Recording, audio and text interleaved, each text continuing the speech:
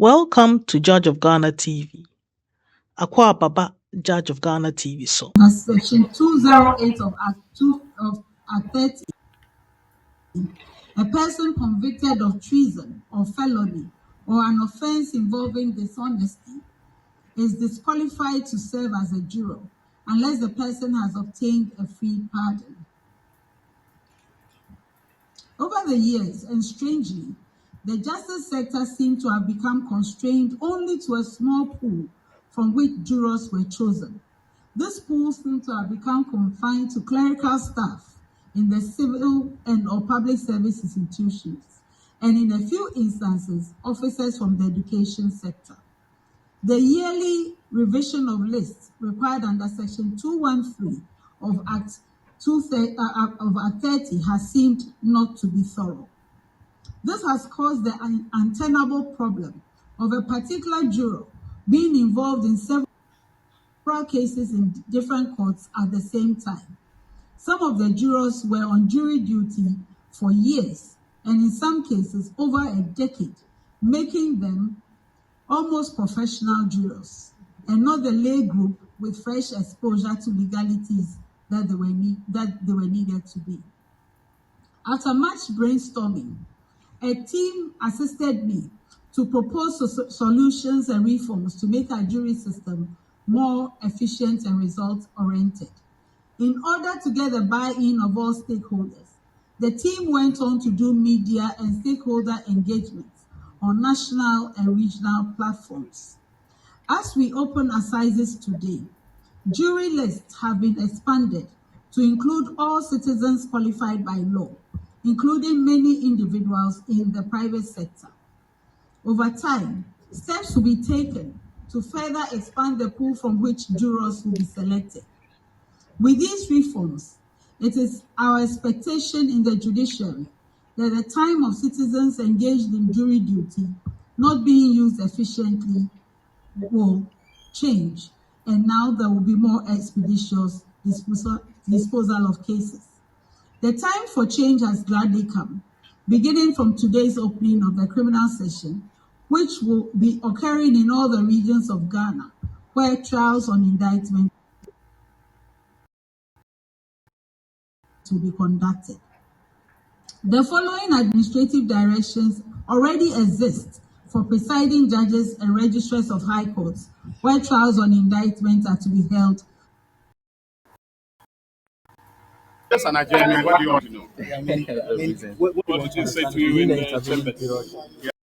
Consultation with the Council of State on Well, I haven't spoken with the president yet, and I cannot give any definitive answer to the question whether the consultation will continue. Certainly, then, what's your advice to him because of the pending motion? The president and the republic are my clients. I will not advise my client publicly. The last time the former Attorney General spoke, he said he expects nothing but the president to hold on the processes. Is that what is happening? Well, he has filed an application in court. The court is here to make an order. So if he says that the president must hold on, is he saying that the court has already granted an order in respect of which the president, must not continue the process, right? First of all, he has to understand that this is the performance of a constitutional duty, all right? And the law is very clear that you cannot enjoin the performance of a constitutional or public obligation. And so, for me, I don't see the point that he's trying to make by saying that the president must hold on to the process of consultation. His argument is that because of what is happening here at the Supreme Court, the president ought to hold on. Well, that is why I have said the president is performing a constitutional duty. And the law is very clear that you cannot enjoin the performance of a public obligation. What is the adjournment? No, the adjournment is to May 6th. So, it was unavoidably absent. And so the court has adjourned it to the 6th of May. To the injunction application? No, it's not. The decision whether or not to hear the case is not mine to make. All right? And the reason why we were absent at the last adjourned date was because we organized a training far ahead of the date that was given to us by the court. And the training was for all state attorneys, all right, by the ECOWAS Court of Justice. So they were being trained on the procedures and rules of the ECOWAS Court of Justice. And because of that, I was deeply involved in the training. My deputy was deeply involved in the training.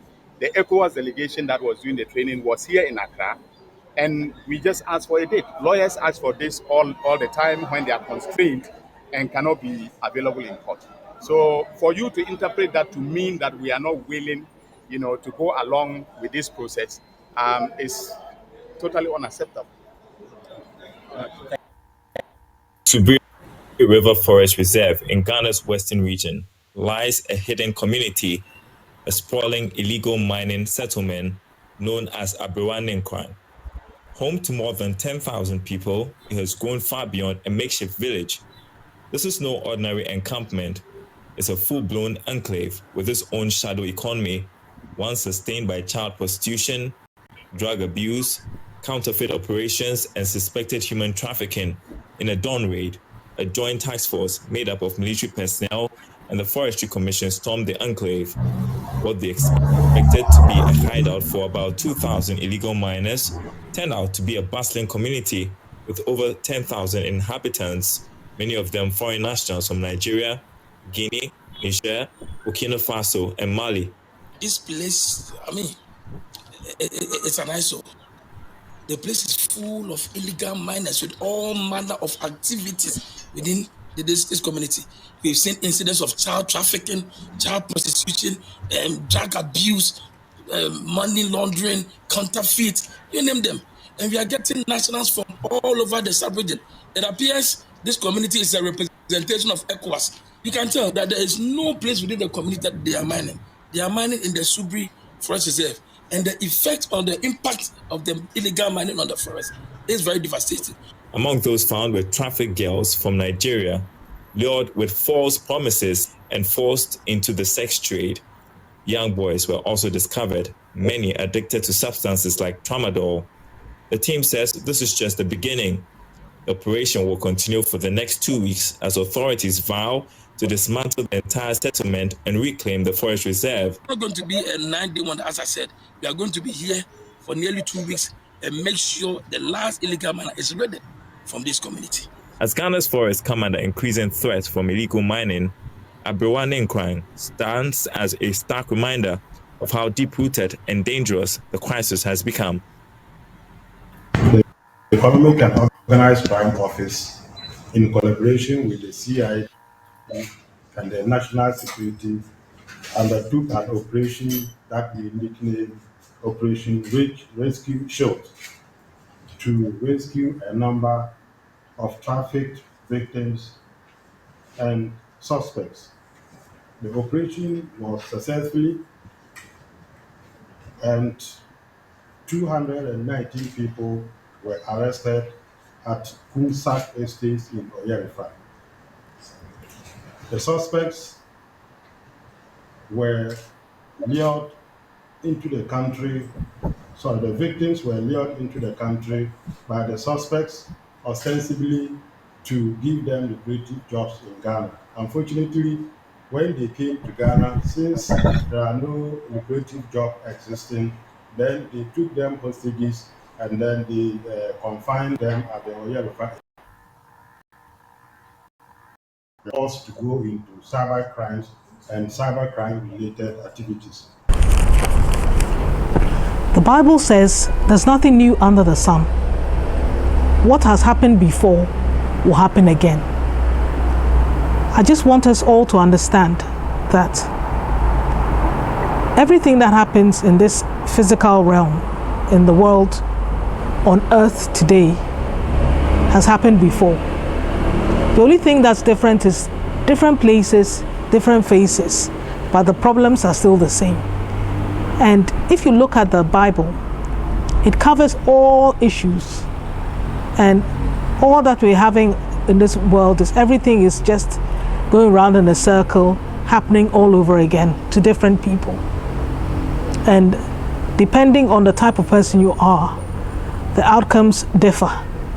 Depending on the type of relationship you have with the Most High God, the results are different.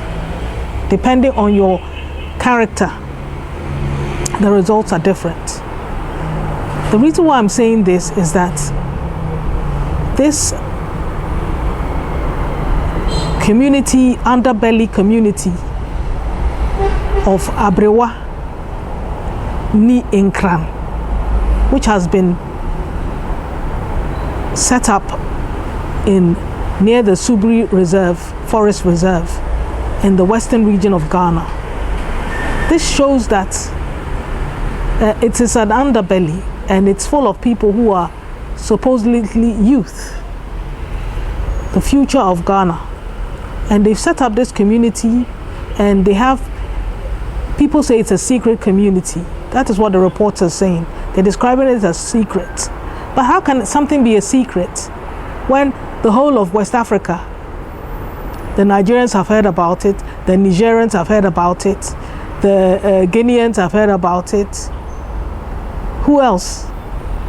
And they've all come to this place, to this underbelly, to transact. It's very sad when the people of Africa are ruining themselves because they don't understand who they are and where they come from. It's very sad. So I just wanted to show that this underbelly, which is described as secret, there's something called a secret. Everybody knows somebody. And if it was such a secret, how come foreigners, other ECOWAS countries, knew about it, so that people from those countries could come into Ghana and go and reside in that so-called secret location? That means it wasn't a secret. Okay, let's call it an open secret. That's what it was. So this underbelly is the same thing that happened in Genesis 19, when God sent his angels to destroy Sodom and Gomorrah. An underbelly had evolved. An underbelly community had evolved in the Bible. So in this episode, I want us to go through Genesis 19 to understand what an underbelly community can do to a people. Even if you're righteous and just, you can get caught up and disaster can come upon you if God doesn't intervene.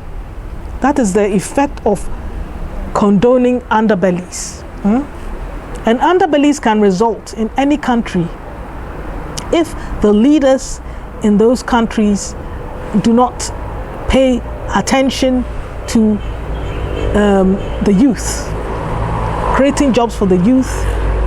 And I must say, I must commend His Excellency, the President of the Republic of Ghana, John Dramani Mahama, because I can safely say that he's doing marvelously well. He's fulfilling what he promised in his manifesto, and the fact that he's working with the Minister of Communications, Sam George, to create 1 million coders in Ghana, it's a great thing, because the future is the internet, and we're talking about beyond the internet. We're talking about cryptocurrency, we're talking about the going into that Web3. Yes, talking about Web3. So it is a very interesting area, and it is very fertile. If you have a great idea, you could really benefit or do well financially in that area. And it's something that in 2020 I had a revelation, and God said that the future is in cryptocurrency and in that area, because that's where the world is going to. So artificial intelligence, whether you like it or not, that's how the world is going. And if you don't know about artificial intelligence, you're going to be in trouble. So you need to know.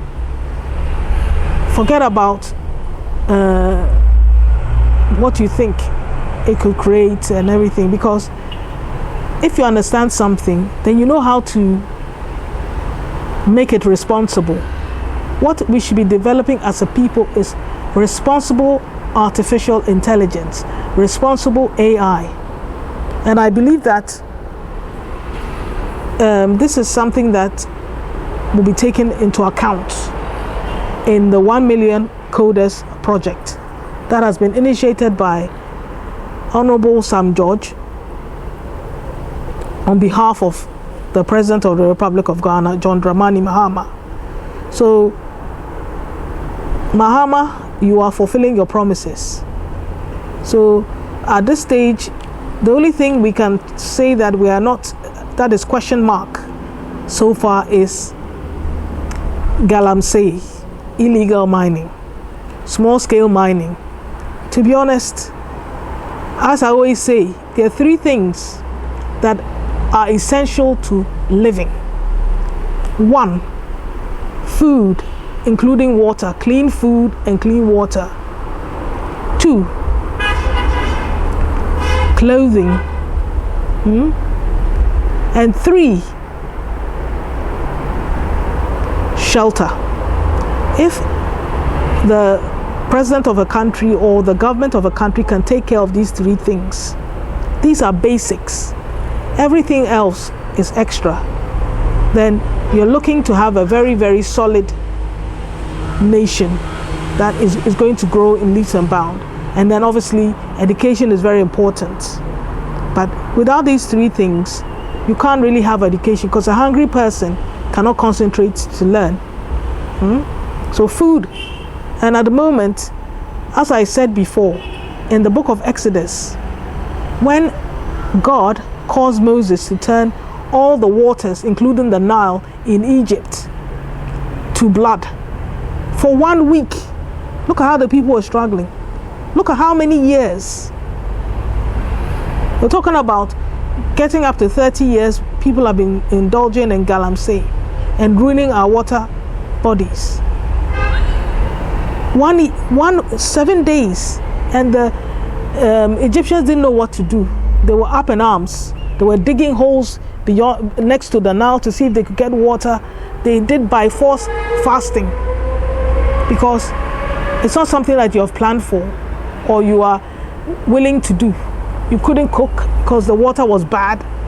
You couldn't do anything. And that was 1 week. And look at how Pharaoh and his Egyptians leaders didn't know what to do. They were so uncomfortable. They had to beg Moses and Aaron to plead with God to have mercy. And God had mercy. So this Galamsey thing, I don't think all this gold board and stuff is going to help, because it's going to encourage Galamsey. We're hearing stories of soldiers being attacked and killed at Galamsey sites. Look at this Abrewa ne Inkran, which means old women are not in Inkran. So Abrewa ne Inkran, look at the thing. It was born out of illegal mining, Galamsey, in the Subri Forest Reserve. That is why we have this underbelly. So illegal mining encourages underbellies, because people have set up gangs, thugs, because the love of money is the root of all evil. And this is what we're experiencing here with this illegal mining, Galamsey in Ghana. The love of money is the root of all evil. And this is the problem. So if our leaders are going to sit there and just say, oh, we're going to set up gold board and it's going to make everything, and they promise to get rid of the LI concerning illegal mining, is still in existence, and they're looking to amend it. I mean, that means you're not following what you said you do. So the people who did Stop Galamsey now got arrested, some were mistreated, they did it for nothing. If Galamsey doesn't stop now and a state of emergency is not placed on small-scale mining, then it means that Stop Galamsey Now protest was a waste of time. And you have deceived the people of Ghana. Because you can't say that I'm going to repeal a certain LI concerning illegal mining, small-scale mining, and then when you come, rather, you are amending it. That means you have lost your way. You see, but, and I'm saying that the most important thing is in life is to have clean water. Because without clean water, you can't even have clean food. So this plan of being the food hub of West Africa and feeding the people of Ghana, it's not going to work because the water is polluted and we need water for food, and it's going to go into the ecosystem. Look, children are being damaged. They're being born damaged because of illegal mining, because of the chemicals, the cyanide, the mercury, and all these things, metals that don't go with the human body. I'm of the school of thought that we need to declare a state of emergency. And I'm saying if we cannot do responsible mining, then forget about small-scale mining, because our ancestors used to mine gold. We have seen the jewels and the gold artifacts that were sent back to Menchia Palace from the United Kingdom.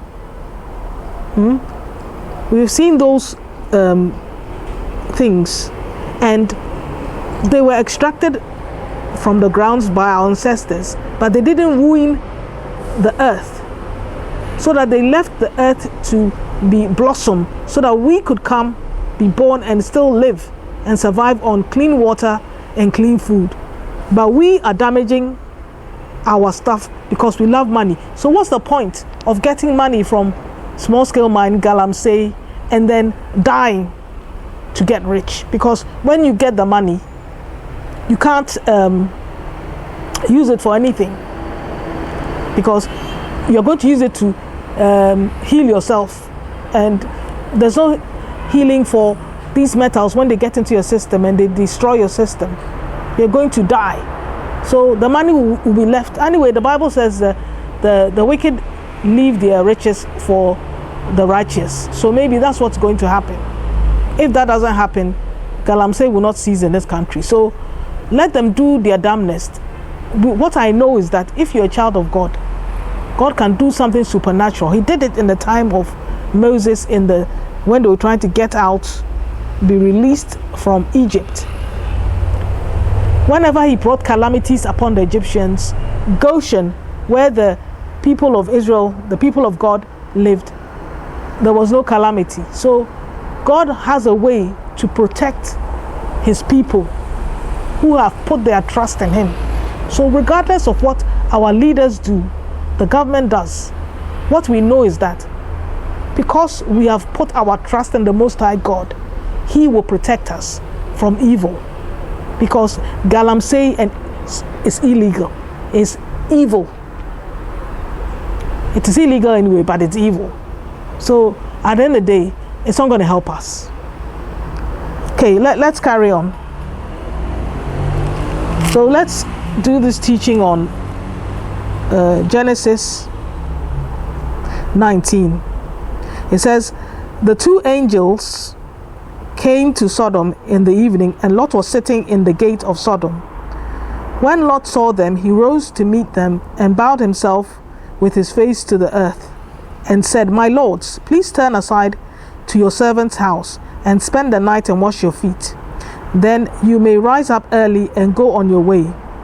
They said, no, we will spend the night in the town square.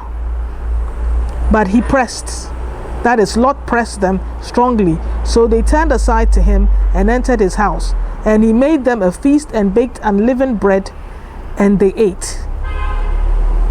But before they lay down, the men of the city, the men of Sodom, both young and old, all the people to the last man surrounded the house. So the time that the angels came into Sodom and Gomorrah, and Lot was sitting at the gate, and Lot greeted them, and Lot invited them to come and stay in his house. There was no one around. But when Lot took them into his house, suddenly,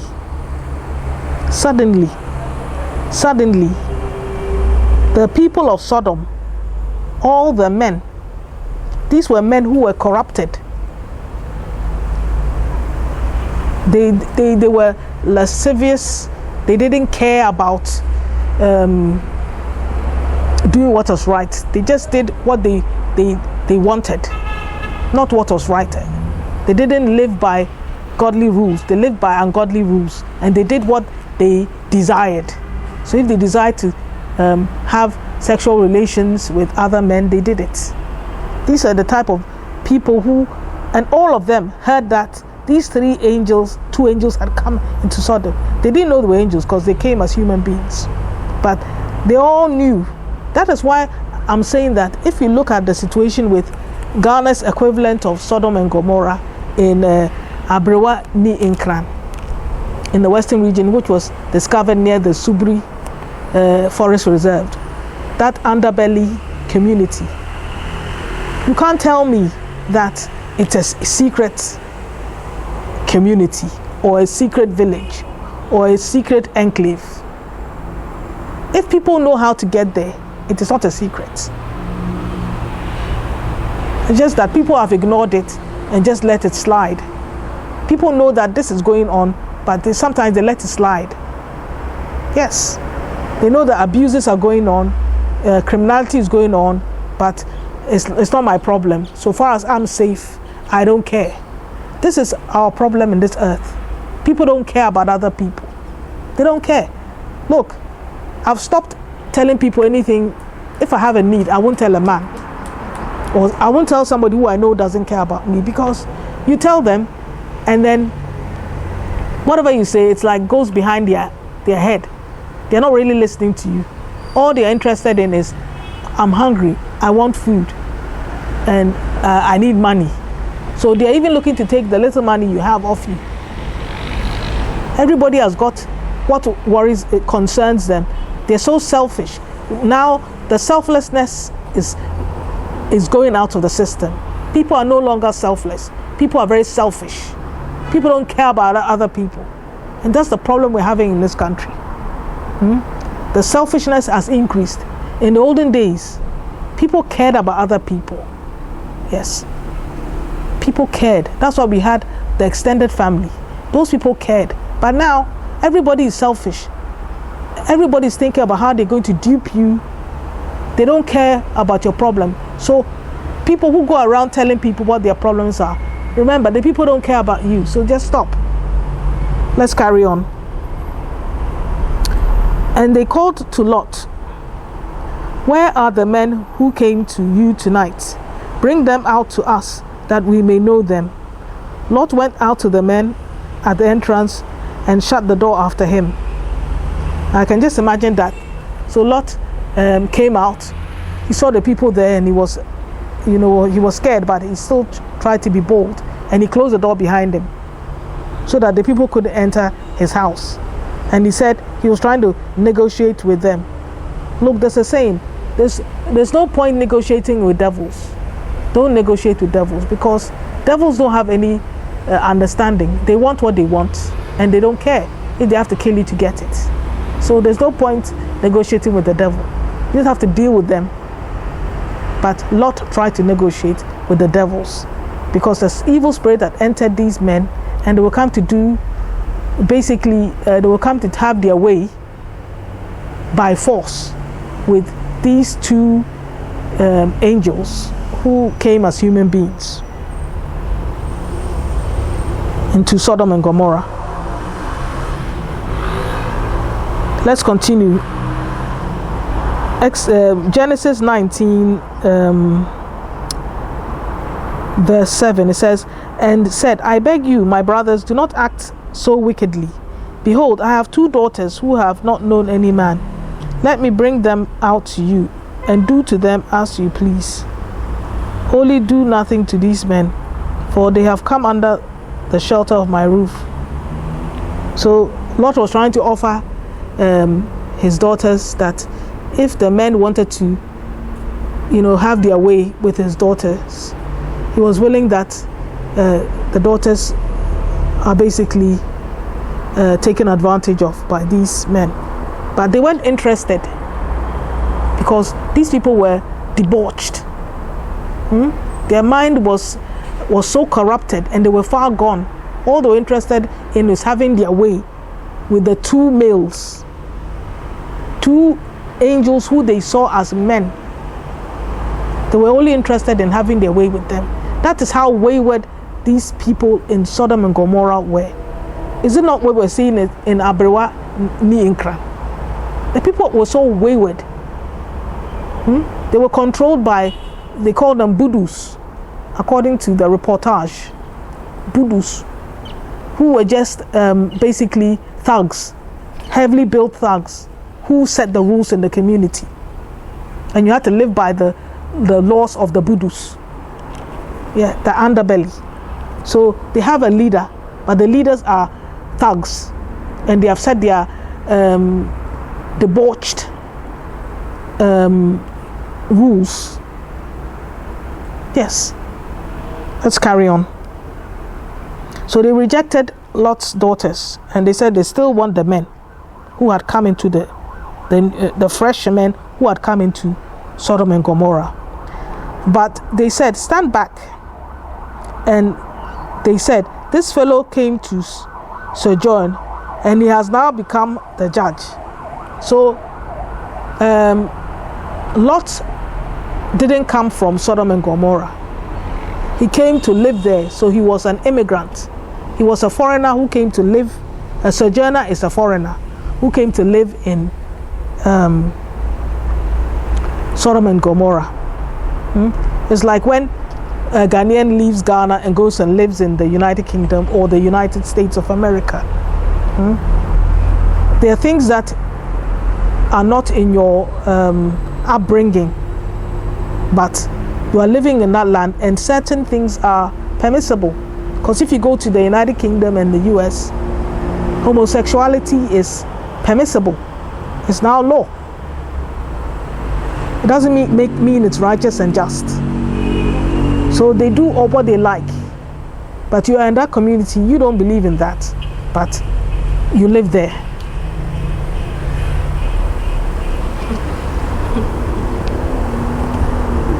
Let's carry on.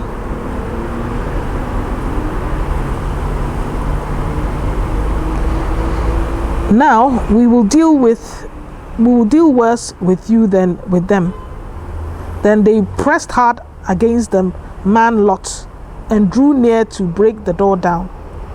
So they essentially rushed Lot, that they were going to enter the house and pull these 2 men who were angels out and have their way with them, their wicked way with them, as they say.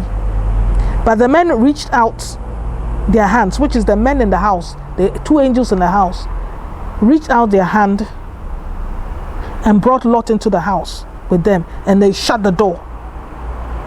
So they were quick, they were smart, and they struck with blindness the men who were at the entrance of the house, both small and great, so that they wore themselves out groping for the door. So because they were angels, God had given them power, and they used their power wisely. They made these men, they struck them with blindness. They struck them with blindness.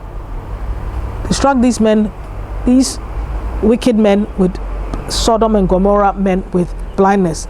Then the men said to Lot, have you anyone else here, sons-in-law, sons, daughters, and anyone you have in the city? Bring them out of the place. So this is the angels, the 2 angels talking to Lot.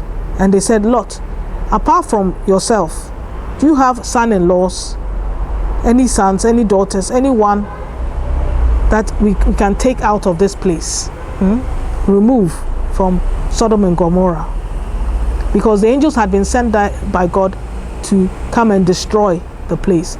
It's like the army and the forest people was sent to Abrewane Ninkran to go and destroy the place, because it is not a legal habitation.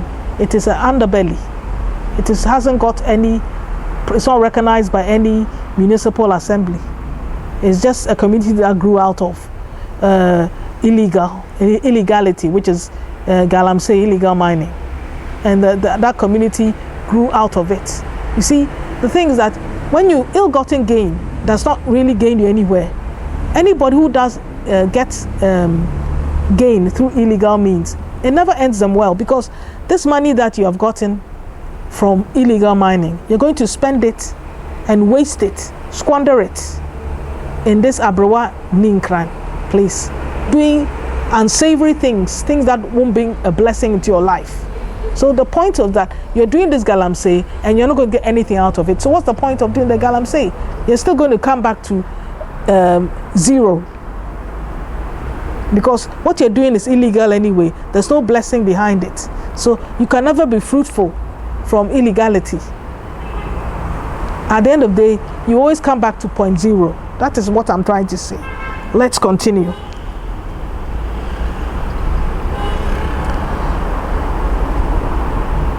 For we are, this is Genesis 19 verse 13.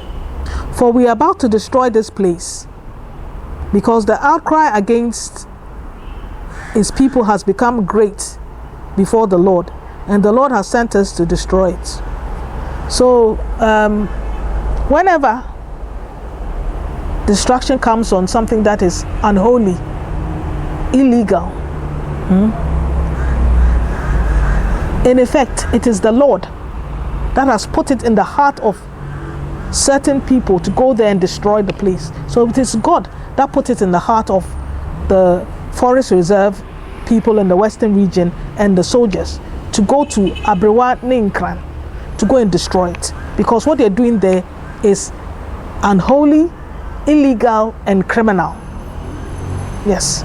So anything that is evil, if it's uprooted, you should know that it is God that has put that spirit into the people to go and uproot it. Let's carry on. So Lot went out and said to his son-in-laws, who were to marry his daughters, "Up, get out of this place, for the Lord is about to destroy the city." But he seemed to his son-in-laws to be jesting. So sometimes when you're speaking the truth to people, they think it's a joke. But it's not what you think that matters. It is taking action.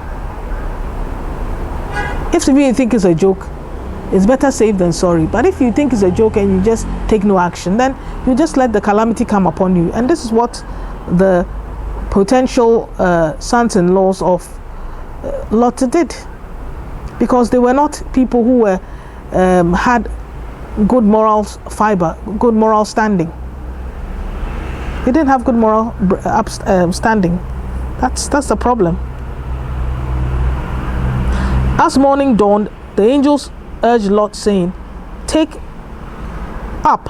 your wife and your 2 daughters who are here. So those who were in the house with Lot, who are here, lest you are swept away in the punishment of the city. So Lot took his wife and his 2 daughters, and they left with the angels. But he lingered. So Lot didn't want to go. He didn't really want to go. It's like, oh, I've built all. You see, if you put your trust in the houses you've built, and suddenly something happens, war or calamity comes, earthquake, whatever, natural disaster, flood, and you lose everything. And you because your trust is in what you have acquired, you can't even leave it and move on. This is what Lot was having a problem. But the angels pulled him. They seized It says, so the men seized him and his wife and his 2 daughters by the hand, the Lord being merciful to him, and they brought him out and set him outside the city.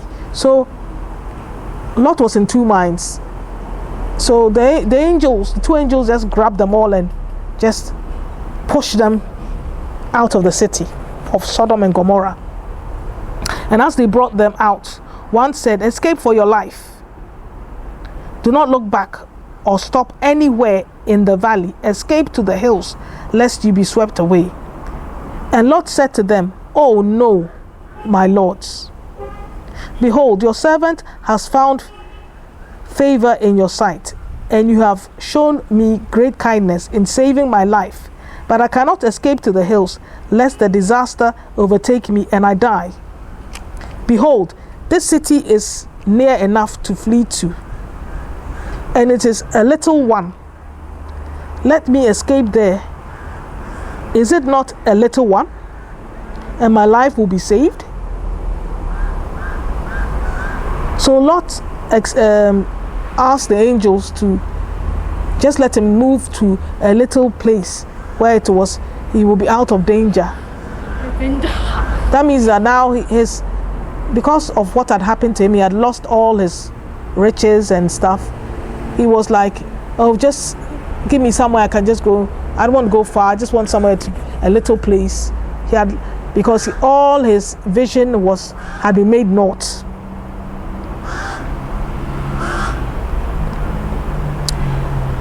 He said to him, behold, I grant you this favor. That's the angel speaking to Lot, one of the angels, that I will not overthrow the city of which you have spoken.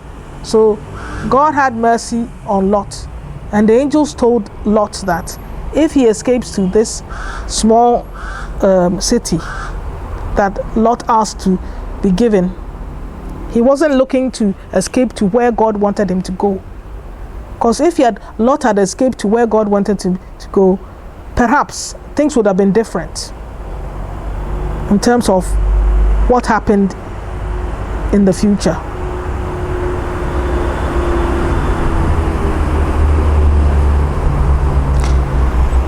So he said, the angel said, behold, I grant you this favor also, that I will not overthrow the city of which you have spoken. Escape there quickly, for I can do nothing till you arrive there. Therefore, the city was called Zoar. What I'm trying to say here is that because God had mercy, when Lot asked to be given a little city called Zoar, God said, okay. He held the calamity for a little while and allowed Lot to get to Zoar before he let calamity come on Sodom and Gomorrah. Let's carry on. The sun has risen in the earth when Lot came to Zoar. Then the Lord rained on Sodom and Gomorrah sulfur and fire from the Lord out of heaven, and he overthrew those cities and all the valley and all the inhabitants of the cities and what grew on the ground. But Lot's wife behind him looked back, and she became a pillar of salt. When God said, don't look back, Lot's wife looked back, and she became a pillar of salt. So this is the result of disobedience. And Abram went early in the morning to the place where he had stood before the Lord, and he looked down toward Sodom and Gomorrah and toward all the land of the valley, and he looked and he behold, the smoke of the land went up like the smoke of a furnace. So it was that when God destroyed the cities of the valley, God remembered Abram and sent Lot out of the midst of the overthrow when he overthrew the cities in which Lot had lived. Now Lot went out of Zoar and lived in the hills with his 2 daughters, for he was afraid to live in Zoar. So he lived in a cave with his 2 daughters. So Lot, it had what happened in Sodom and Gomorrah had a traumatic effect on Lot. And Lot forgot about all his vision, and he became very fearful. So because of that, he withdrew himself from the community, and he lived in a cave with his 2 daughters. And the firstborn said to the younger, "Our father is old, and there's not a man on earth to come in to us after the manner of all the earth. Come, let us make our father drink wine, and we will lie with him, that he may preserve offspring from our father." So they made their father drink wine that night, and the firstborn went in and lay with her father. He did not know when she lay down or when she arose. The next day the firstborn said to the younger, "Behold, I lay last night with my father. Let us make him drink wine tonight also. Then you go in and lay with him, that he may preserve offspring. We may preserve offspring for our father." So they made their father drink wine that night also, and the younger arose and lay with him, and he did not know when she lay down or when she arose. Thus both the daughters of Lot became pregnant by their father. This is the first example of incest. A father impregnating his daughters in the Bible. The firstborn bore a son and called his name Moab. He is the father of the Moabites to this day. The younger also bore a son and called his name Ben-Ami, and he is the father of the Ammonites to this day. This ends Genesis 19. So this is a sorry end of Lot. In the end, incest came in because Lot lost his vision after he made a mistake, went to stay in Sodom and Gomorrah. It was a place, a cesspit of immorality, and God destroyed it. And then Lot went to live in Zoar. He withdrew himself from Zoar. He couldn't mix with the community there. He went to live in a cave, and this led to incest because his daughters didn't have anybody to have a relationship with. And out of that, this is the first recorded case of incest in the Bible. So, and incest keeps happening today. It's not a good thing, but as the Bible says, what has happened before will happen again. There's nothing new under the sun. So, in summary, all I'm saying is that these underbellies that are coming up in a country like Ghana is a result of our poor systems and not thinking about the youth and providing decent prospects and decent opportunities for the youth. And I think the plus is that the current president, John Dramani Mahama, is doing something about it, so that's a plus.